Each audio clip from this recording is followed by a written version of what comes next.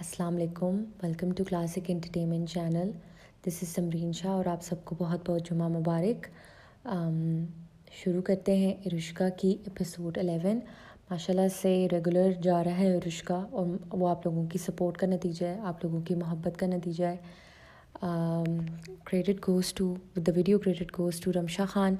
اس کی وجہ سے آپ لوگ یہ مزیدار سا ناول پڑھ رہے ہیں اور ورنہ یہ ناممکن ہوتا.